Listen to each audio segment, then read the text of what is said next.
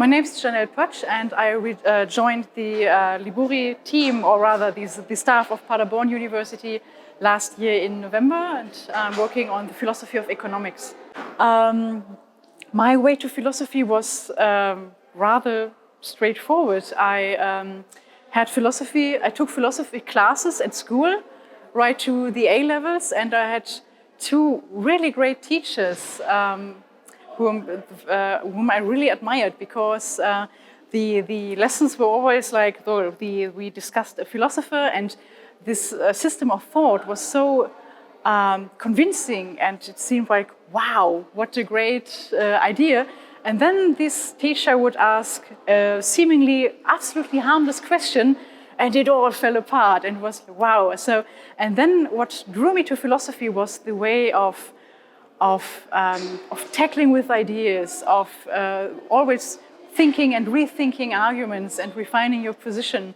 And I find this still very the most interesting and most demanding part of my job. I love Mary Wollstonecraft, and recently I started working on Harriet Taylor Mill, the wife of John Stewart, who is a fascinating, sometimes inconsistent writer, but still she has so many topical issues when it comes to gender roles and the way, well, sometimes very pragmatic, of how to rearrange or how to improve on social conditions. So she was a very stern social critic in a way, very progressive at times. And this is, I think she has very important messages for the 21st century.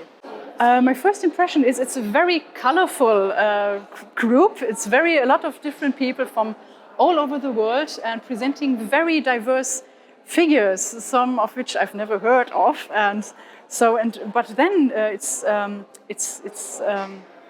fascinating to see. So, I mean, somehow, if the more talks you've been to, there's suddenly the picture gets more complete, and the history. So the picture of philosophy, of the history of philosophy.